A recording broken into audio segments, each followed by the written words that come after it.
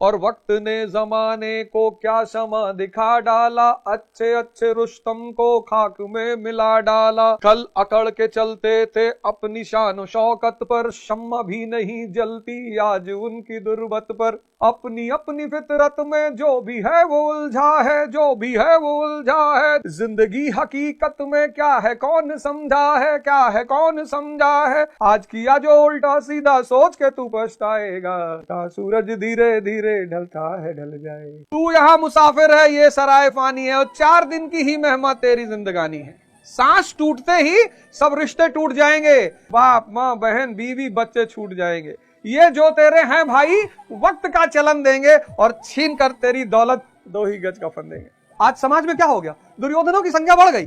सब अपने ताकतवर रिश्तेदारों का नाम बताते हैं। अरे बड़े फूफा एक डीजीपी हैं छत्तीसगढ़ में, सगे फूफा हैं। हाँ सगे समझो, सगे काहे समझे बे, सगे हैं। नहीं गांव के हैं, मतलब उनकी जो औरत है पापक गांव की है। ऐसे तो हम भी प्राइम मिनिस्टर है बे, मतलब तुम्हारे गांव के हैं, चलो मिलाओ। नहीं हमारे गांव के नहीं, गांव के बगल वाले गांव के हैं। तुम क्या रिश्तेदारी जोड़ रहा है? तुम्हारी जात के हैं? नहीं हमारी जात मुसलमान है। वैसे तो मुसलमानों गाली देते हो। जब शिष्य घंटाल होता है तो उसे गुरु घंटाल मिलता है, घंटाल शिष्य को ही घंटाल गुरु मिलता है। अब आप माया की तलाश में, धन की तलाश में, नौकरी की तलाश में, बीवी की तलाश में, और कबीर के पास आप जाएंगे, वो कहेंगे छोड़ो यार ये सब चक्कर में कहां पड़े हो। आप उसके बाद जाएंगे नहीं कबीर के पास। जिसको संसार की कामना है वो कबीर जैसे गुरु के पास क्यों जाएगा। वो तो सब आपसे छुड़वाने के चक्कर में। कबीरा खड़ा बाजार में लिए लुगाठी हाथ, और जो घर जा रहे आप ना सो चले हमारे साथ। लोग घर बनाने के चक्कर में, तुम घर मिटाने की बात कर रहे हो। तुमसे मैं बार बार कह रहा हूं, निवेदन कर रहा हूं, तुम आंख खोल ही नहीं रहे हो। सब शक्ति के साथ, कोई किसी के साथ नहीं है। भ्रम है। जितने ताकतवर लोग दुनिया में, जितने भी लोगों के पास धन वगैरह है, पद वगैरह, ये भ्रम में जीते हैं। 10 साल कोई विधायक रह जाए, 10 साल कोई एमपी रह जाओ, चुनाव हार जाए, भाई साहब उसकी जो मानसिक गति होती, कुत्ता भी नहीं आता उसके घर से। मंत्री विधायक नेता ये सब हारने से बहुत डरते हैं। पूछो किसको वोट दोगे, भैया आप जिसको कहते।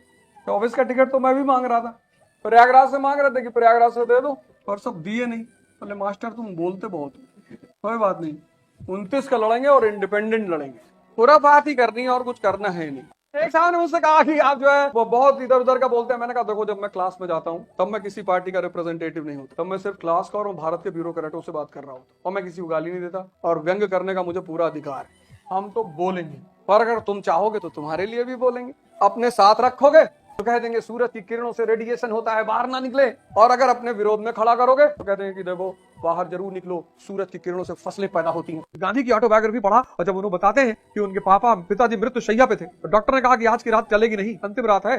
अंतिम रात है डॉक्टर ने कह दिया। किसी को पता चल जाए कि आज की रात उसके पिता की मृत्यु होने वाली है, और उसके मन में चले कि किसी तरह छूट के अपने पत्नी कमरे में चला जाऊं, सेक्स करूं। और जैसे उनके चाचा आए, बोले मैं पैदा होता हूं, भगे सीधे अपने पत्नी कमरे में, पटक दिया। पत्नी को 7 महीने का बच्चा था, मना कर रही थी वो। उधर से कमरे से चिल्लाने की आवाज आई, मतलब पिताजी मर गए। काम अंधता कितनी बड़ी चीज है।